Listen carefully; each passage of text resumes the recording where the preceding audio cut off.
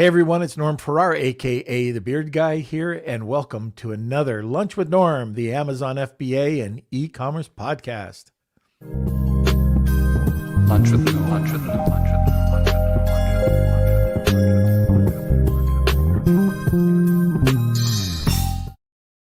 with Norm. Okay, we got a great show today. We're going to be talking about something very unsexy, everybody gets frustrated about, and we're going to talk about how to work around and deal with Amazon seller support.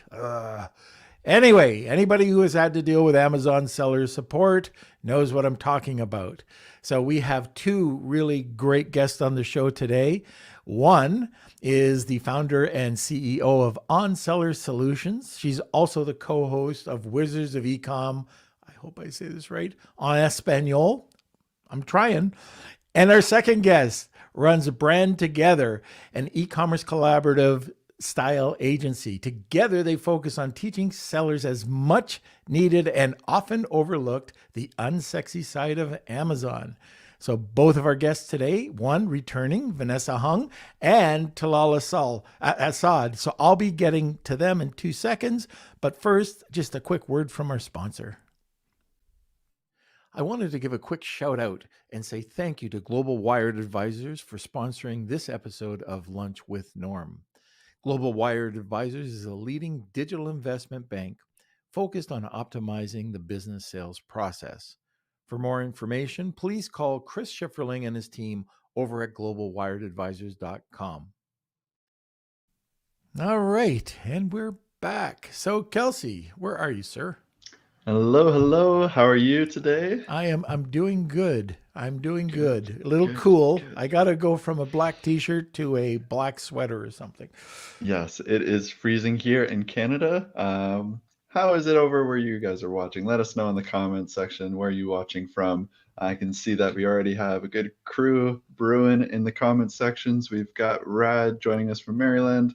We've got Andy in Michigan, Abu in the UK, Simon in the UK as well, and Manny from Germany. So that's awesome. Great to see everyone. Feel free to let us know if you have any questions about today. We're going to be talking about seller support and SKU naming conventions. So I'm sure there will be lots of questions. So get them in quick, get them in early. Also just want to mention that we're doing something exciting over at the Lunch with Norm Facebook group. We're doing our little monthly top contributor contest. So we're going to be announcing the winner, I believe, tomorrow. So go check it out. It's a lot of fun. And yeah, smash those like buttons, of course. Can I win? No. Oh, okay. No. All right. You cannot. Don't. Okay. So now you can move off the screen. Okay. All right, everybody. So if you have any questions, just throw them over in the comment section. We will get to them. I think we're going to have tons of questions today. And it's time to sit back, relax, grab a cup of coffee, and enjoy the episode. Welcome. Hey, how are you? Good. I'm doing great. And a returning, well, you were just on, Vanessa. Oh, you're muted.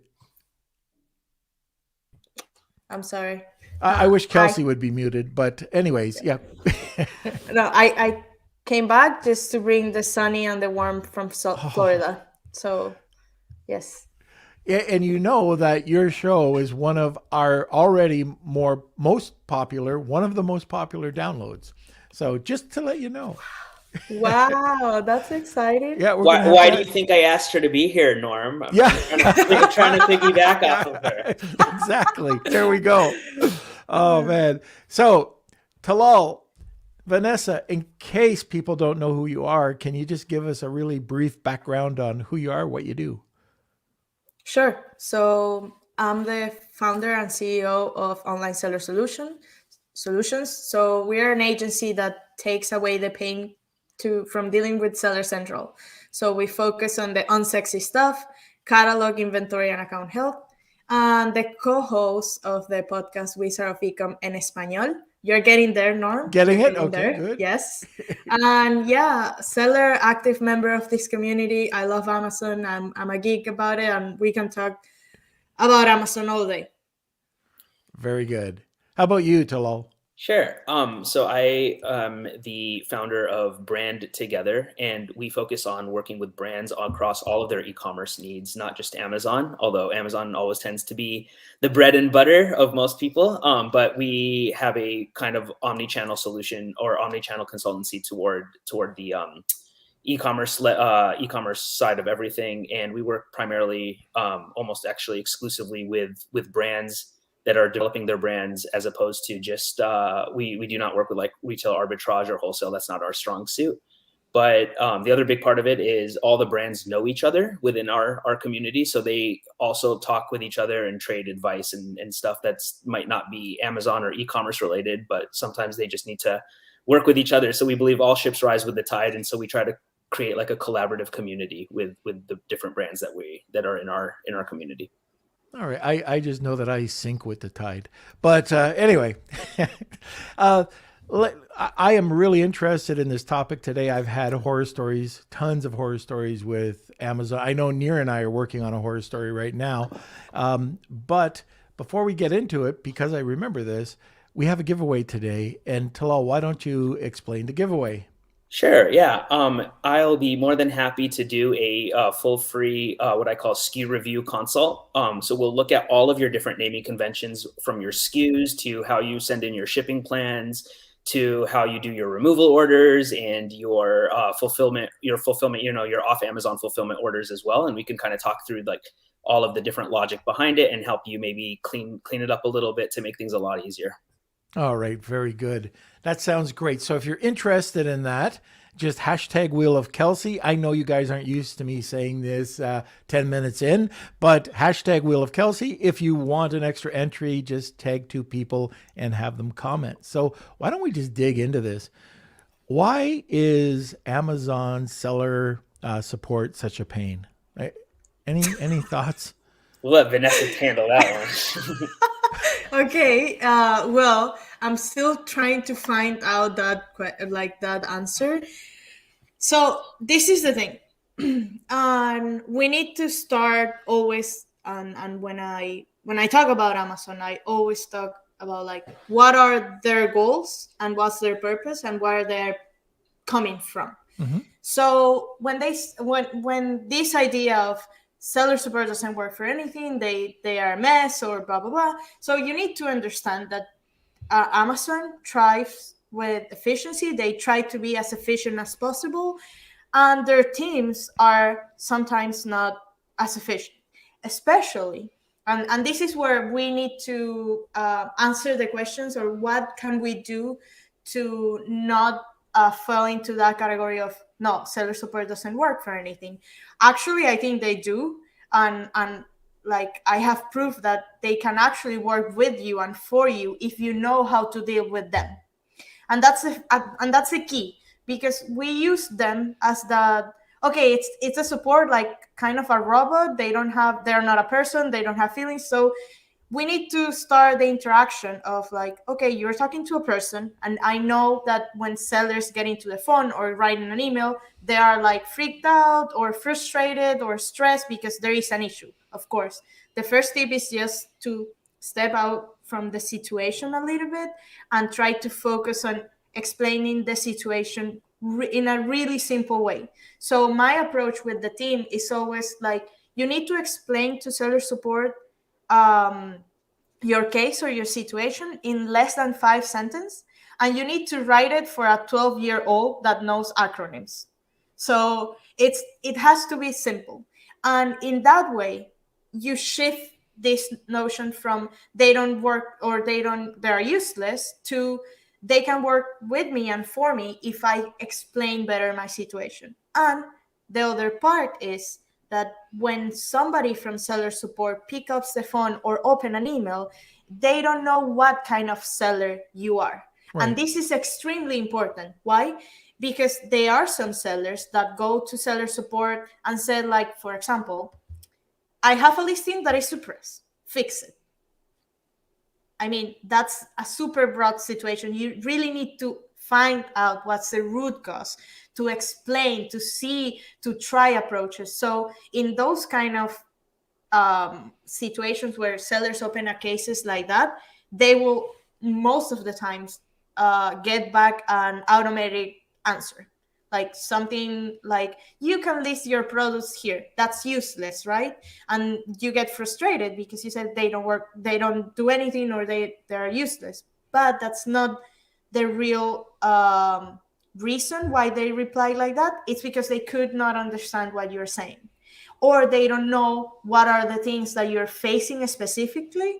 And we as a sellers are the ones that know the most about our account, and we know what is happening, so we need to explain that to them.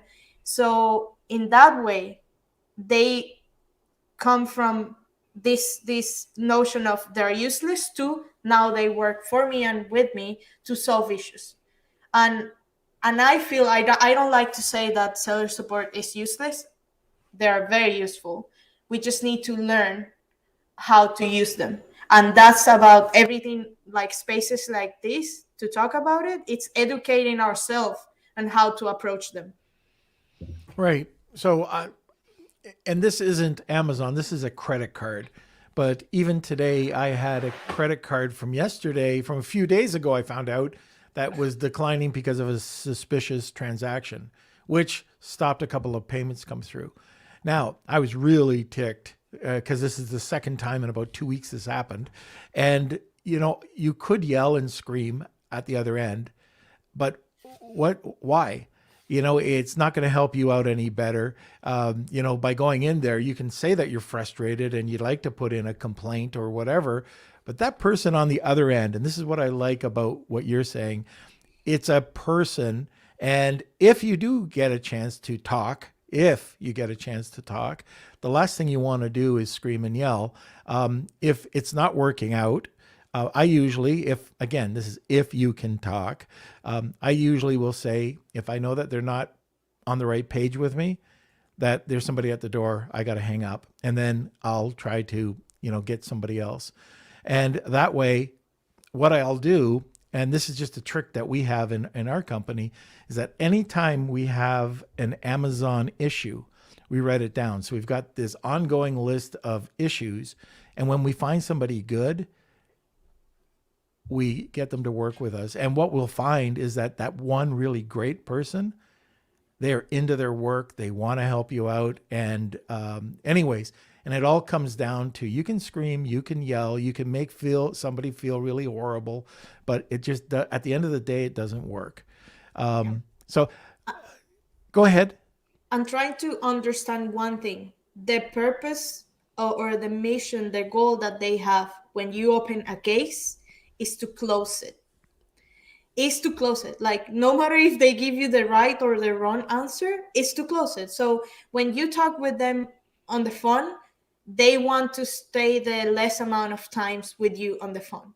So that's the thing. You need to understand those kind of like metrics that they have in the back end. That's how they work, and they need to be efficient. So one tip here, and that you mentioned is awesome, that you write down all the situations or all the issues you're having.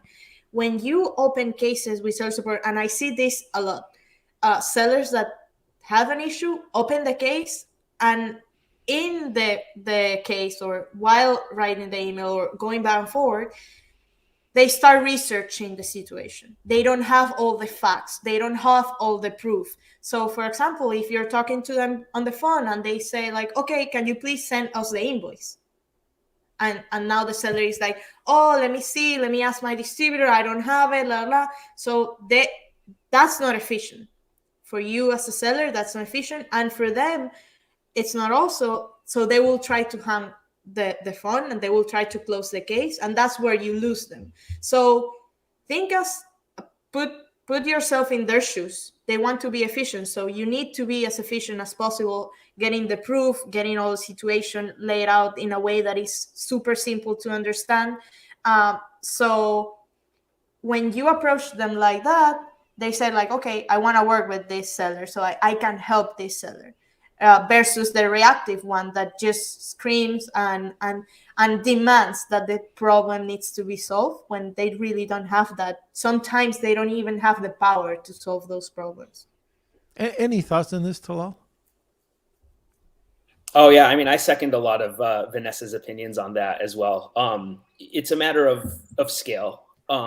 You have Amazon has millions of sellers and of all varying levels of I would say skill level.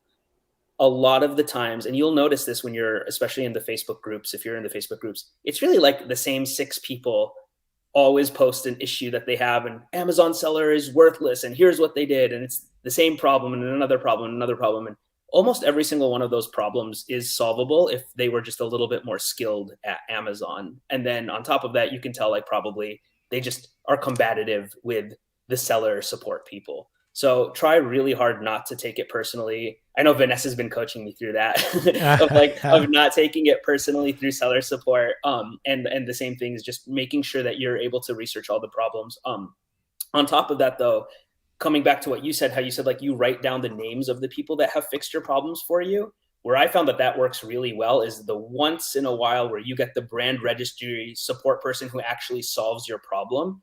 I've started like putting in my case, please, if you are unable to fix this, please ping. And then I put that person's name.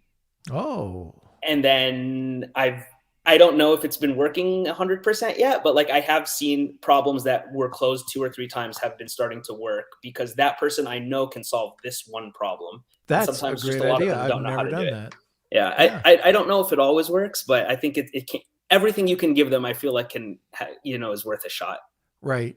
So let's talk about some of the reasons. And like I can see that there's just some really seasoned sellers here, but there's other sellers here that are fairly new. Can we go through just a really quick checklist of why you would reach out and why you would not reach out to Amazon seller support? And that's out to any of you. I think there is not a reason why you shouldn't not go there and ask, because at the in the end, seller support is there to support sellers. So even if you have a very basic question and you don't feel confident to go into a Facebook group and ask, or go into Google and you don't take the time to read the policy, you definitely can open a case and ask. That's not a problem. But the mistake is trying to solve the issues just using seller support. So you are basically giving all the responsibility of managing your account to that team that is not even an expert in your account or in your products. So in that regard, I feel that we need to get educated on how to do things on our end to see what works, pay attention. Sometimes, or I think the most amount of learning that I had been because I listened to what the seller support is saying, and they walk me through processes, for example, or they tell me like, no, this issue is solved through this step or that thing. I wouldn't discourage anybody to not open a case. If you feel you need it, you should do it, but do it in a very polite manner. Understand what's your situation, and if you don't understand, you need to translate that to them. So you need to say like, look, I don't know what the issue is, I don't know what the problem is, and maybe that will take you more time to solve. But if you pay attention of what they say back, or what they tell you, you, like with practice, and if you keep selling and selling and selling more, you will get savvy enough to then just open a case and say like, this is what I need, and you do it, and that's it. So I don't know, I feel that the other part is we have a very bad perception of, and this is a question I always get asked, is, oh no, but there is one special team, there is one special country, this is one. No, it's Right. not like that. And people say, like, for example, the people in India, they're useless. I don't think so at all. I feel that you can work with anybody that obviously gets on the phone or gets in the email that give you some kind of help, but it's just the way we ask for things. So if that change, I think our whole result, like all the results that we're gonna get moving forward, like if you today take action moving forward of getting the proof that you need, laying out the information, explaining things in a very simple way, and not being reactive and taking your emotions out of the case, you will have an amount of success that I cannot even, I mean, everything will be successful. They will solve every single problem. Okay, Talal? This is where I might have some disagreement with Vanessa. On I think on two things. One is there is a lot of resources out there that are like first tier resources where you should probably be Googling or asking in a forum before opening a case with Amazon. I think the sheer reason why Amazon seller support is quote unquote bad is because if everyone who has any question always asks Amazon instead of tries to solve the problems themselves, you just end up having a ton of cases that are open. So then Amazon has to hire a ton of people, and then they don't really have the time to train and get those people up to speed. And so with the influx of just sheer, the sheer economics of it, of tons of millions of sellers, needs hundreds of thousands of support people. And I think like there are a lot of resources out there that would help you. So like, for example, I wouldn't just open a support ticket for the sake of, like, how do I do X before even like looking at it in the help files, before asking in the forums, before asking in the Facebook groups, because 9 times out of 10, someone has already made that issue and can solve that problem for you. I feel like when you've exhausted all of your issues is when you should probably open up that case as well.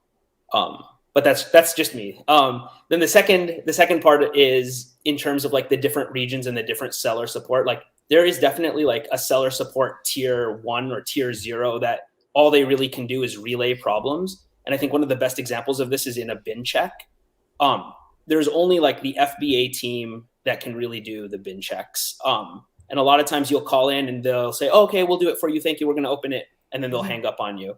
You have to stay on the phone with them to open, because when a bin check is being opened, it's not as easy as if someone solves your bin check problem in a couple of seconds, they didn't do it. All they did was they wrote to an internal team who will then close it out. Bin checks need to be opened at every single FC your product is in. And so, for example, this is a good example. A week ago, we have a product that's in 63 FCs. It's literally distributed across the entire United States. And there's 1,500 units of it. And it was a problem with an expiration date. I had to stay on the phone. The first 2 people hung up really quickly. They said, okay, we're done. And I'm like, I know that that's not the case. So I made sure to get to the Costa Rican FC, FBA team who knows how, and they have the internal tools to set up the bin checks for you on the phone. And I sat with the guy for 2 hours on the phone while he opened all 63. Like he tried to get me off the phone and I was like, no, I'm here all day. Let's hang out.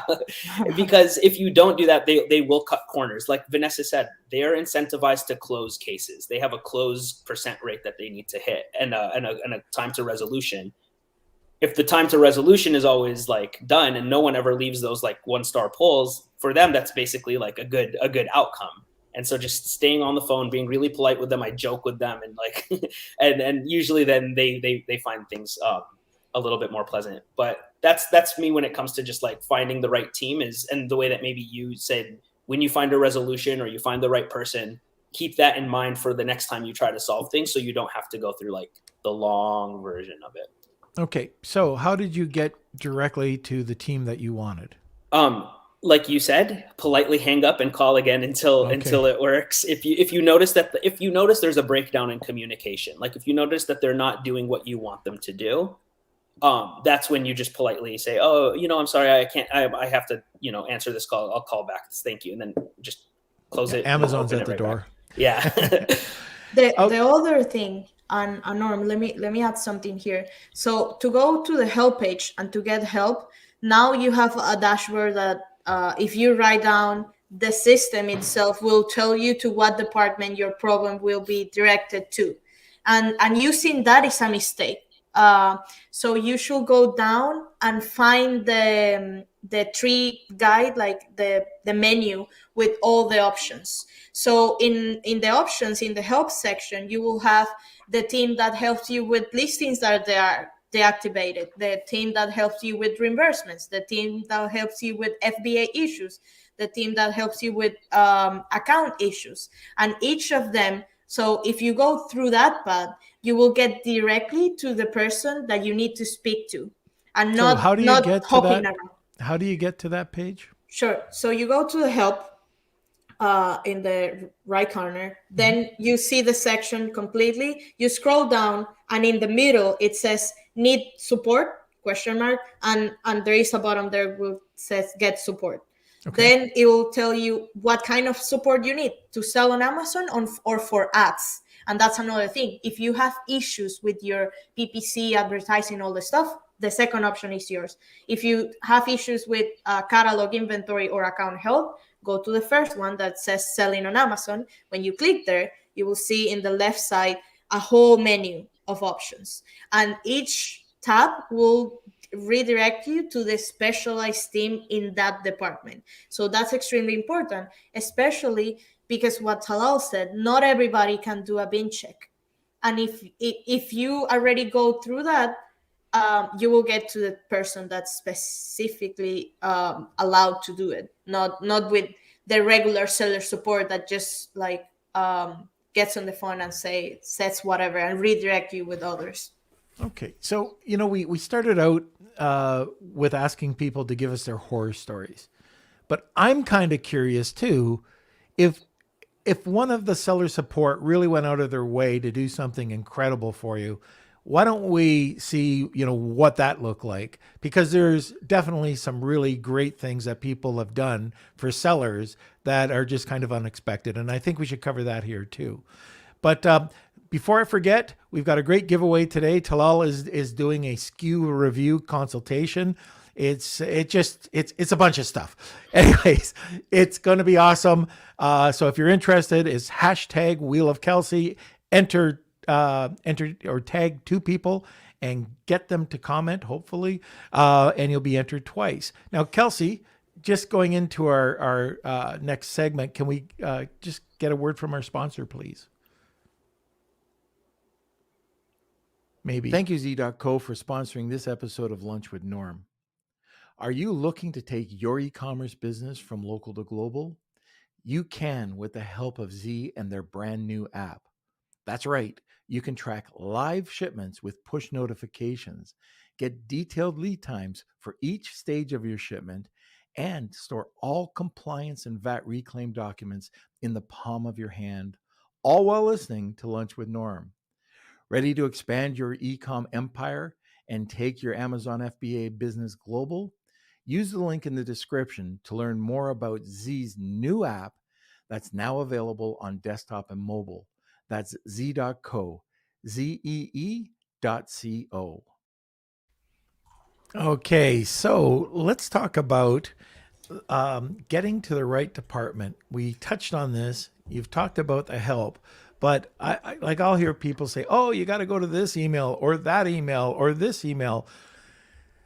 Or how do you contact them directly? How do you get to all these hidden gems that everybody's talking about? Is it just through the drop-down menu or the help page? Or are there a list of emails that you can get, not directly to people, but to the departments so you're going to the right department? And is there a number? I know there's a lot of little tricks that you can do to get to a phone number. To call? Yeah, to call. So a lot of the times, like you won't see the option, and people think, oh, I've got to do an email, and they just keep doing emails when they could actually call. Well, I haven't had that experience to call them directly, really? with an 800 number. Yeah. So what we've done in the past and what we're doing is that, with the, I'm trying to think of the exact way that we're doing it, but when we're going in and creating a ticket, what does Vanessa do? Anyways, Kels, while we're on here, I can tell you, Norm. So in that way, if you ask me, okay, my option, I went to the menu and there is no option to call. What I normally do, because I really need to get them on the phone, is to find a similar department, like in the same area. So for example, if we're talking about inventory, I have issues in FBA, I'll try to go to another department that have the call option, call them and request maybe a transfer, or maybe they can help me with that. But in the cases where you try to talk to them. So yes, there is a phone number to call seller support, but the problem with that phone number is that it's the first layer of seller support, meaning that you won't get anybody specialized in that number. It's like customer service for customers. It's similar, so they really don't have the tools to solve problems. They can guide you, but not going directly, okay, I call that number and then I'll get to seller performance. That doesn't work that way. So yeah, that will be my approach if you don't find a call button in that specific area that you want to fix. Okay. And I've just got Vandana. I said Vanessa. There's too many V's. So I have my VA, my senior project manager, just writing something out here, and I'll tell you how we do it. There's a little trick. Okay. Now, what about going to the right department? So you hear some people saying, oh, you got to get to the catalog department. You got to get to this department. You got to get to that department. Is there a list anywhere of the emails?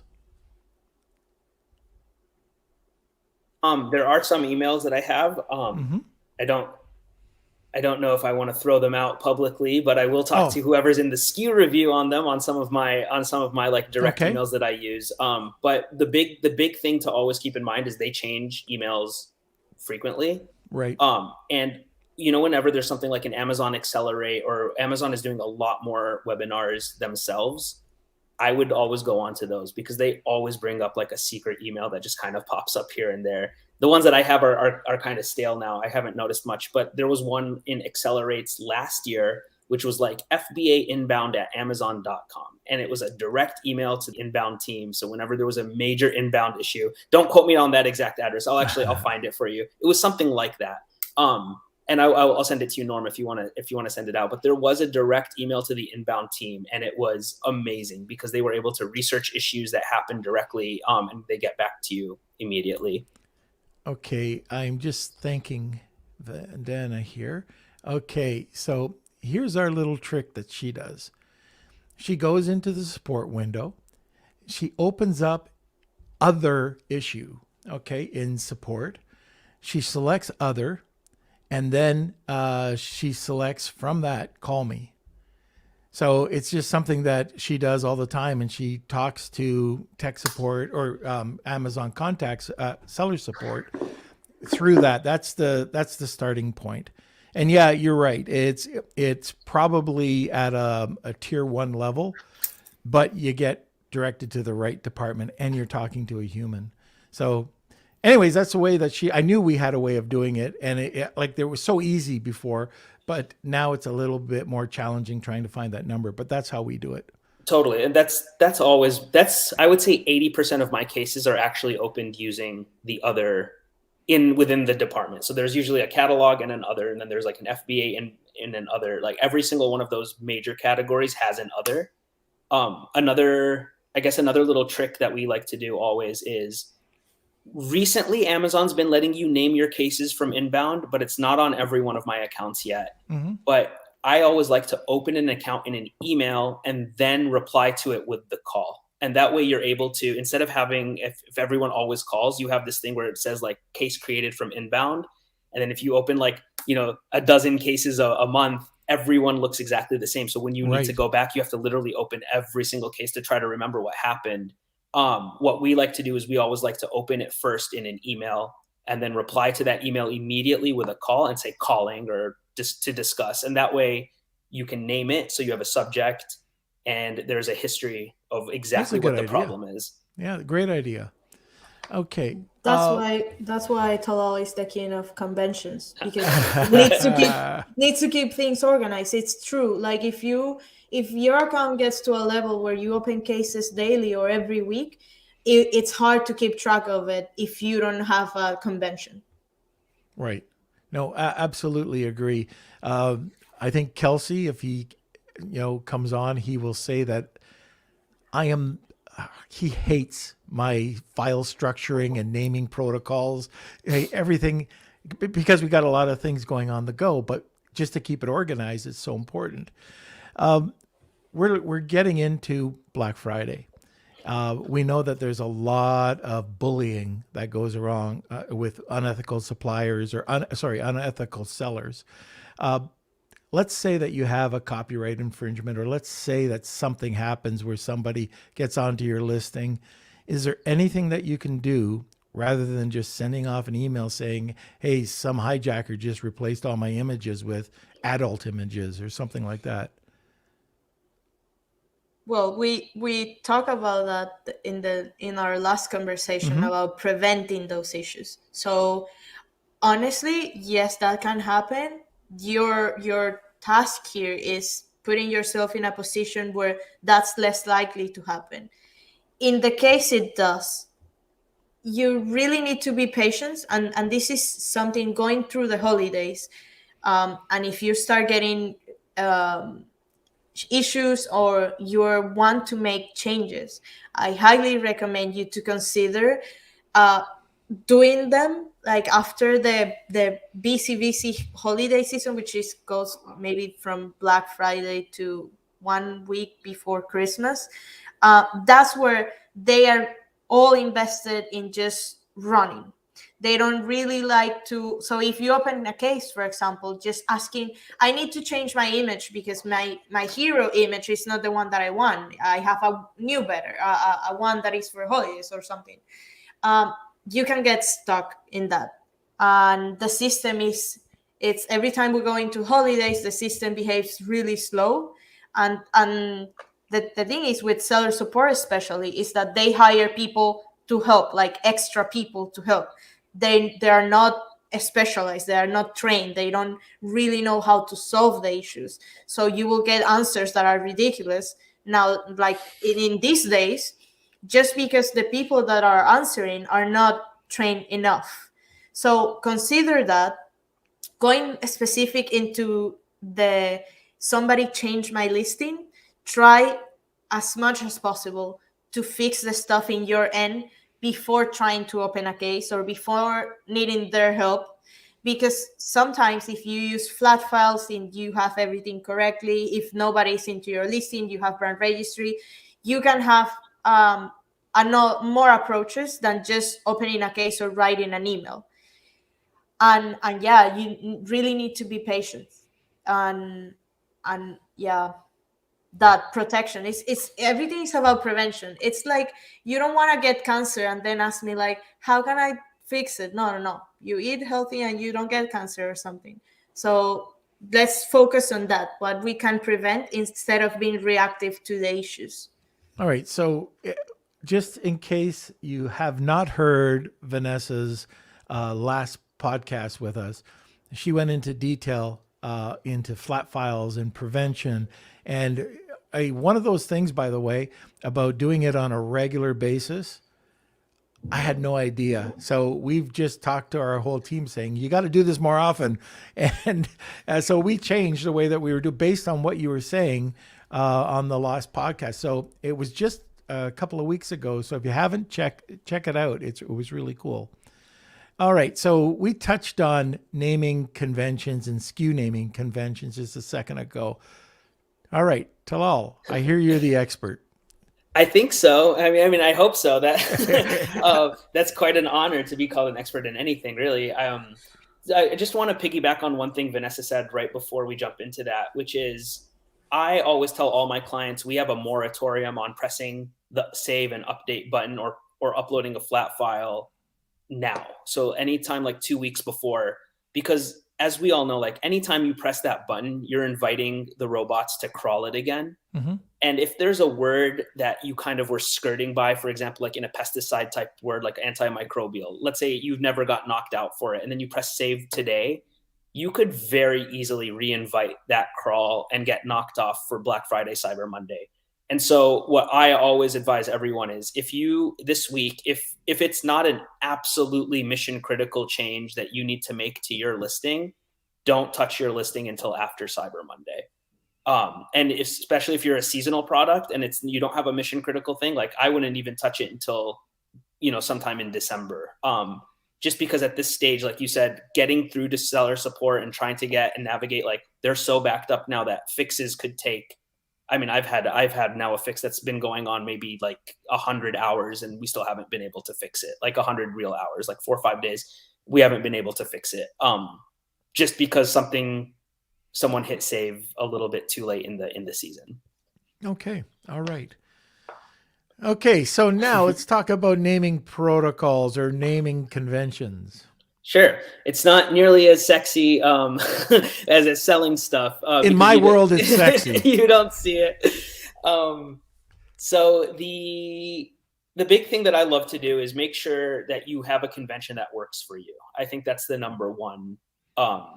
That's kind of like the number one thing to think through. Not every convention is one size fits all. And you can conventionalize a lot of things on Amazon. So the number one for sure is your SKUs and how you name your SKUs.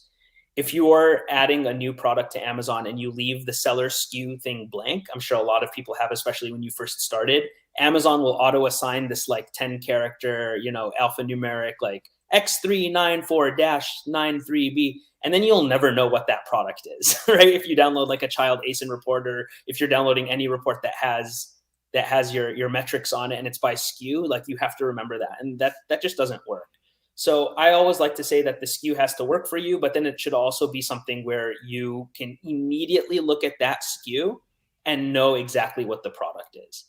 The second piece of that is not only you as the seller should know what the product is, but if Vanessa jumps into my account, she should never have to ask, what is this SKU? Because you decided to work on some like obscure coding. So I know another thing a lot of people do, the two other things people do a lot with their SKUs is they'll either put their UPC as their SKU, or they'll put like their internal model number as a SKU.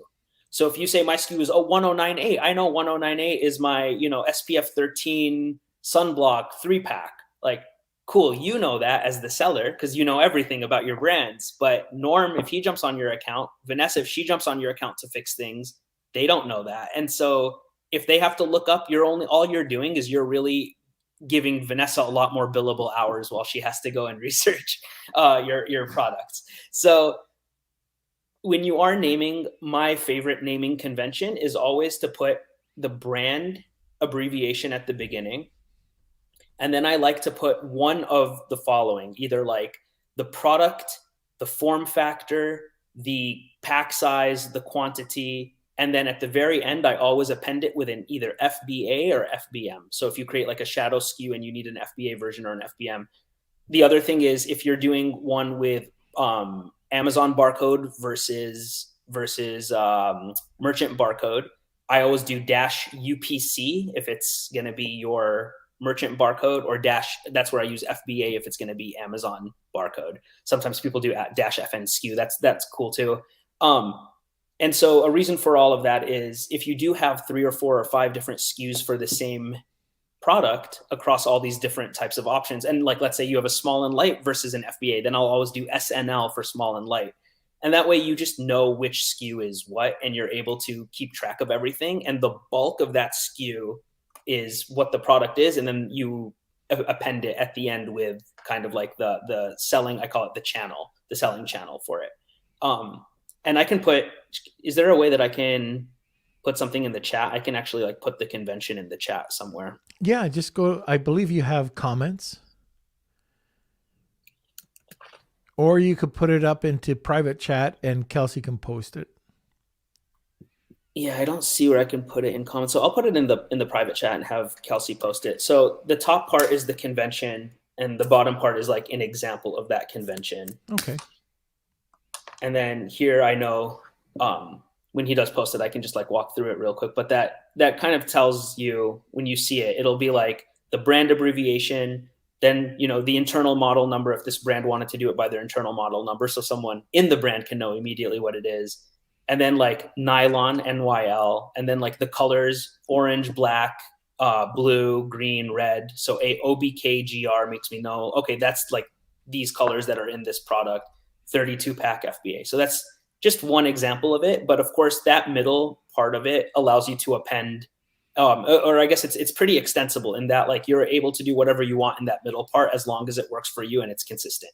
Oh, and that's number 3, consistency. So I need to be able to know what it is. Vanessa needs to know what it is. And then you need to be really consistent and make sure that you apply that across everything. And that really allows you then to be able to, jump in and out of different conventions without having to, like, if you keep changing your conventions, what's going to end up happening is without the consistency, you're going to have like a lot of issues with people not knowing exactly what's what, internal or external to your company. Right. Oh, that's great. Okay, so Kelsey is posting it right now for you to take a look at. Yeah, I'm not sure how the format is with here. It kind of all jumbles together, so I broke it into two. So this was the example of with it laid out, and then this is the actual example with the numbers and the abbreviations. Okay, very good. Okay, so And this part of the conventions are not only for the catalog, right, Talal? Oh yeah, I mean, this is, sorry, what do you mean by that? You know that we always talk about, like, you can have a convention in your SKUs, you can have a convention in your shipments to FBA, Oh in yeah. your ads. The ad part for me is like mind blowing. Like, you need to organize those stuff. So these translate to all the areas that Amazon have to put information, right? Exactly. So here, I'm actually putting in the chat right now an example of, if you were, here's my favorite one to do it after SKUs is in your inbound shipments. So I just put that in the chat too. And this is in my opinion life-changing if you haven't been doing this, because if you put an inbound shipment and you just leave it blank, it will say FBA, STA, yeah, and then like -AFC and then a date. And if you send in a shipment every day, or three or four a week, which is like pretty normal on a normal volume account, you just have a list of shipments and you don't know what's in each one of those shipments. This is a way for you to know exactly where, and especially if you have multiple 3PLs or you have multiple locations that you're shipping things in from. Yeah. This way you can differentiate the origin. You can know exactly which FC it's going to go to, and then you know what's in it. And so if someone's like, can you check all of our, chocolate pack 8-ounce, where are those? You can just like search for that convention, go in and know exactly where those shipments are. So you don't have to click 100 different shipments. that's great. So, Vanessa, do you have anything to add to that?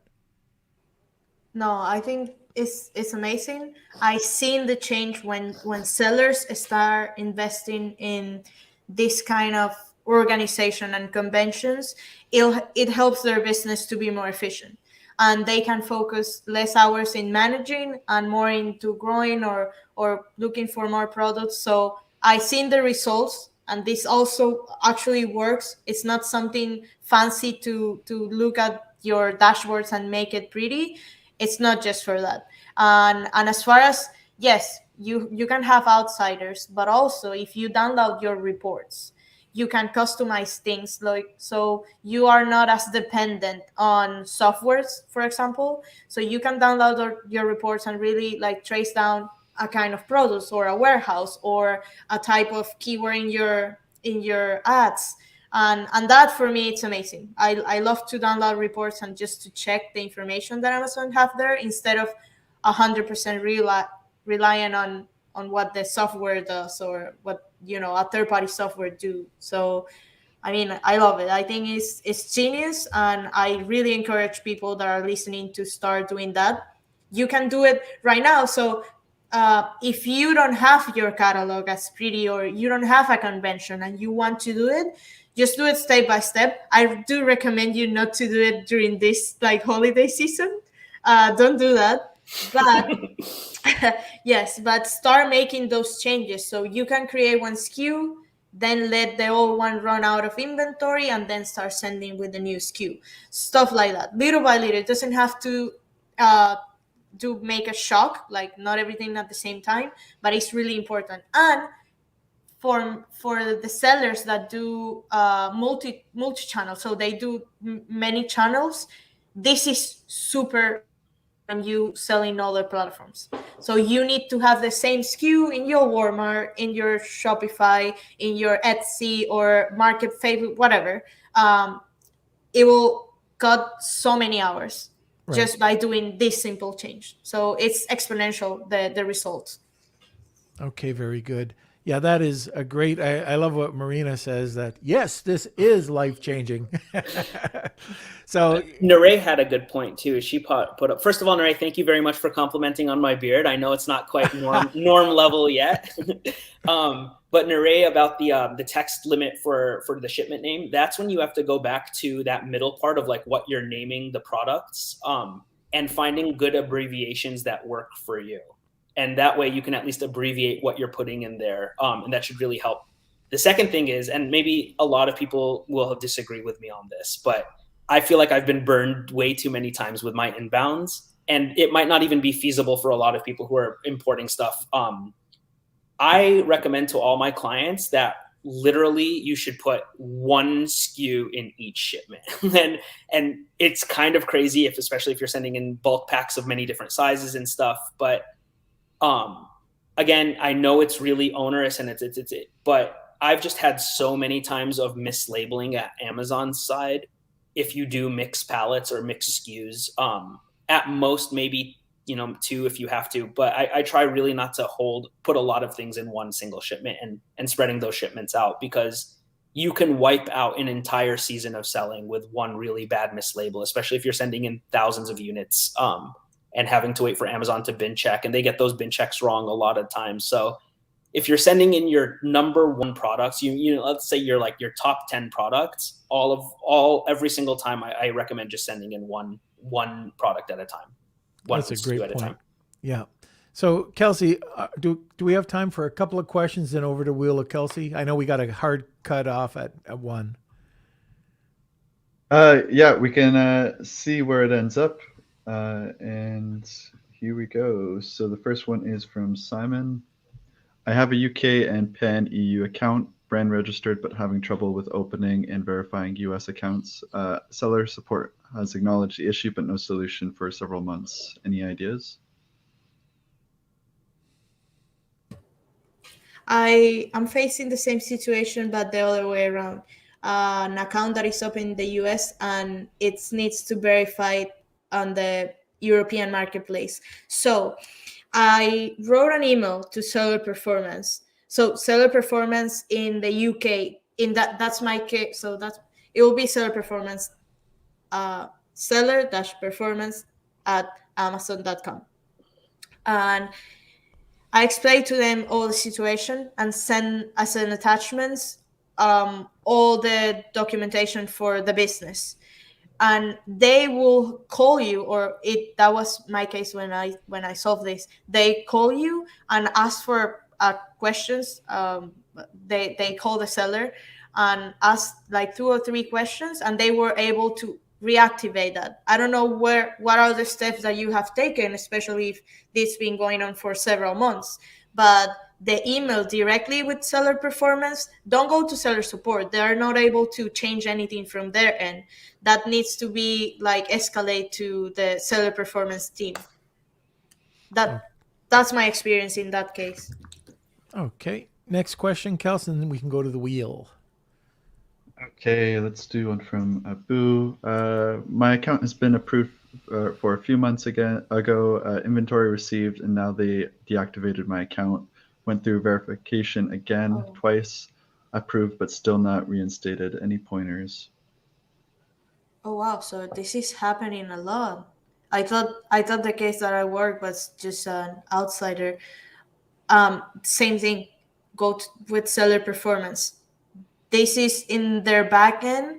Your account's still pending for verification. So even though they verify you and they send you an email that your account is active, in their backend not. So you receive your inventory and now it is stranded because it says that it's pending for account verification. Again, same thing. Seller Performance email directly to them with all the information of your business, asking for verification and activation in the front end. So you really need to take time to write this email to explain that, because if you say like, please verify my account and send the information, they won't do anything. You just need to say in the front end, my account, it looks that is not activated, but we already went to the verification process. Here's all our documentations. Here's the email that we got when account was active. Can you please research and fix it? Okay, so let's get to the Wheel of Kelsey. All right, here we go. It's the Wheel of Kelsey. It's time for the Wheel of Kelsey.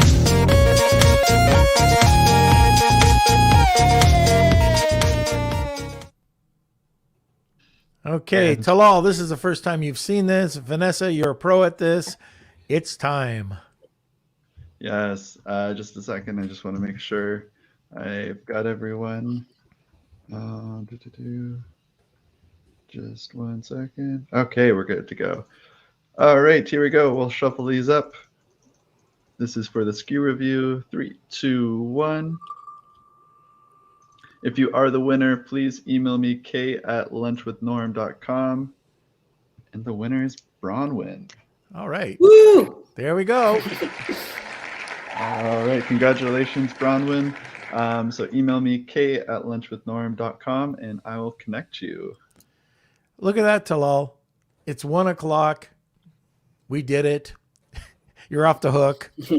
No, perfect. I'm sorry, I do have to step off. But I did send in the private chat the inbound team that helped. And so this is a super cool email address that worked at least 9 months ago. I don't know if it works anymore today, but hopefully that can help you. And they don't help with like, please don't email them with like, my stuff is, checked in and it's only been a month. Like this thing is for when there's a major inbound problem that you have, not just like, where is my stuff? Why isn't it checked in yet? Because check-in time should take anywhere from, as we know, 5 days to 7 weeks. And Okay, so Kels, put that in the Lunch with Norm group. We don't want a public chat just out there for everybody. Okay, so just make sure you put that into the group.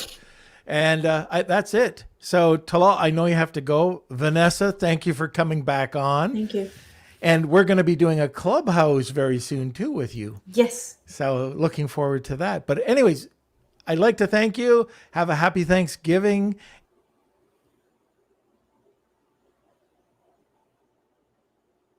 Okay, Hello. everybody. I think that's it for today. Okay, there we go.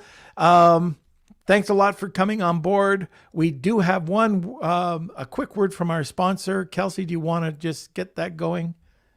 Thank you, Cellarize, for sponsoring this episode of Lunch with Norm. Cellarize is your comprehensive solution for your everyday business needs. Everything you need to grow and scale your Amazon business is just one click away. For more information, contact Dima and his team over at Cellarize.com. And remember, Cellarize is with one R. And I don't know how we did this, but this Friday, Black Friday, Mr. King, Kevin King, is going to be joining us. And anyways, I don't know how, Kelsey, you talked him into doing it. But anyways, he's going to be coming on. We're going to be talking just about a bunch of stuff. It's always great talking with Kevin. So this Friday, we're going to be talking with Kevin about that. Kels, anything else? Just if you enjoyed today's episode, smash those like buttons. If you're watching from YouTube, you can hit that big red subscribe button down below. Subscribe to the channel. Also, you can follow us on social media. We're on Instagram, Facebook, LinkedIn, and a bunch of other places as well. So happy Thanksgiving to our American viewers too. Jessica Rabbit, my stash. This is day 24 of the stash. So just really absorb it. It's going to be gone within a week from now too. So thank you guys. Thank you everyone who tuned in today. I see that we did get a bunch of new viewers too. So this is a podcast that we do every Monday, Wednesday, Friday at 12 p.m. Eastern time. And we do weekly or every episode we do giveaways as well. So definitely tune in, check that out. And that's it. All right. Because you stole my line, I'll say it again. Tune in every Monday, Wednesday, and Friday at noon Eastern Standard Time. Thank you, everybody, for watching. Thank you for being part of our community.